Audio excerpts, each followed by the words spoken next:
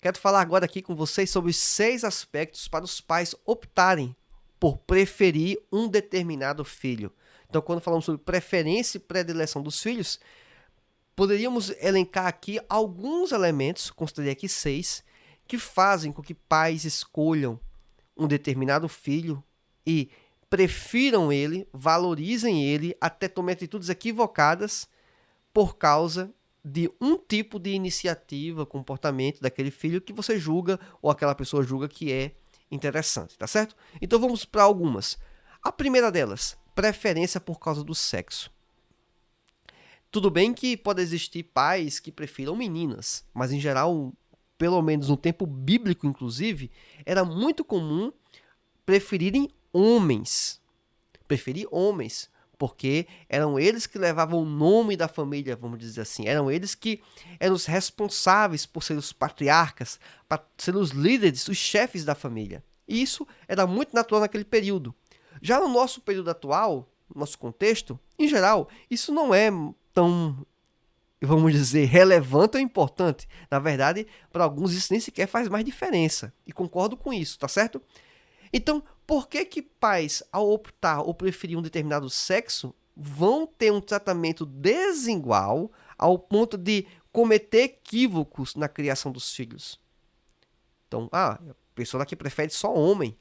E aí eu vou falar um pouco até de experiências próximas a mim. Não vou revelar as famílias, lógico, né? Porque para não gerar problemas, né? Inclusive para mim. Mas famílias que preferem que, se fosse possível, todos os filhos fossem homens. Então, e deixa claro isso, inclusive, para as filhas. O que não faz muito sentido, certo? Não faz muito sentido. Já teve homens na família, ainda quer que todos fossem homens. Tem lá 5, 6, 7, 8, que é tudo homem. Então, assim, isso pode virar um problema. Segunda questão também, preferência por causa da posição de nascimento. Como assim? Não é que nasceu com a cabeça para cima, com a cabeça para baixo, não é isso. É a posição, é a ordem de nascimento. Ou seja, se é o filho mais velho ou o filho mais novo, então alguns têm um tratamento diferenciado porque é o filho mais velho, porque é o primogênito. Alguns vão ter porque é o caçula. E tem até livros, se forem pesquisar, falando sobre o filho do meio. O filho do meio é o que está mais de escanteio, geralmente. Ele não tem, geralmente, as atenções ou cuidados iniciais que geralmente o primogênito tem.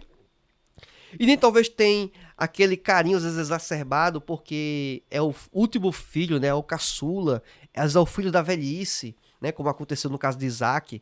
Então, não é assim que deveria se conduzir ou criar filhos com esse tipo de preferência. Então, imagina só aquele filho do meio. Então, não faz sentido a gente discutir e pensar preferências com base nisso. Outra questão também importante, preferência por causa do comportamento do filho. Na lição bíblica em que estamos estudando sobre Isaac e Rebeca, em que filhos têm comportamento diferente, um prioriza a caça, outro prioriza ficar mais em casa, e os pais optam por escolher filhos com base em condutas como essa, isso também pode ser um problema.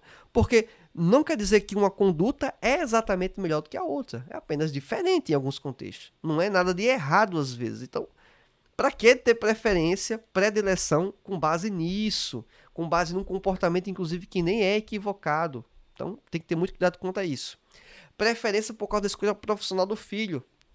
É aquele pai que quer impor, né? Mais uma vez, voltando a uma questão que já pensei e comentei anteriormente, é de que o pai quer colocar o filho aquilo que ele não conseguiu ser. Então, se eu tentei ser, por exemplo, engenheiro e não consegui ser engenheiro, então vou querer que o meu filho seja engenheiro, porque aí ele vai cumprir, vai ser a melhor profissão do mundo.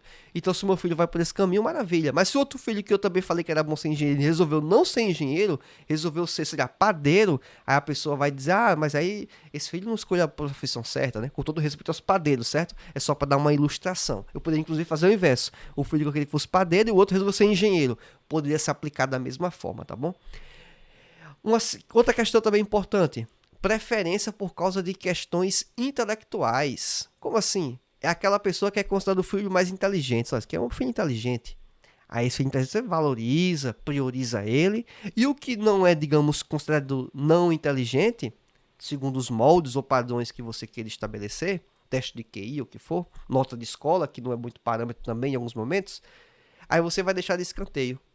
problema isso. Será que, inclusive, não seria esse um dos momentos que deveríamos até inverter um pouco? Ou seja, aquele que está bem, ele até poderia ter um pouco menos de atenção nas questões envolvendo, por exemplo, o conhecimento, estudo, formação. E você priorizar aquele que está com mais deficiência. É uma escolha inteligente, tá vendo? Aí você vai ter uma preferência, olha que interessante. Mas uma preferência pelo motivo adequado e correto. E é importante também deixar isso bem claro. Por que que isso está acontecendo, né? Para aquele filho, o outro que é, digamos, mais inteligente, ou um pouco mais desenrolado, né? Como alguns usam esse termo, ele não se sinta também colocado de escanteio. Uma outra questão que aí sim, poderíamos considerar que é importante ter algum nível de preferência, e deixar claro por que o nível de preferência, é sobre questões físicas. Eu coloquei aqui um exemplo desses vários fatores de questão física, mas eu quis destacar uma. Se é portador de alguma necessidade especial. Então, sei lá, tem 2, 3 filhos e um deles é portador de necessidade especial. Ele não mereceria, aquele filho que tem a necessidade especial, um pouco mais de atenção, um pouco mais de carinho em alguns momentos? Sim. Mas isso pode gerar um problema em relação àquele filho que não tem a necessidade especial e olha e enxerga talvez um certo exagero da parte do pai ou da mãe. Isso pode até acontecer, algum exagero, eu sei que pode.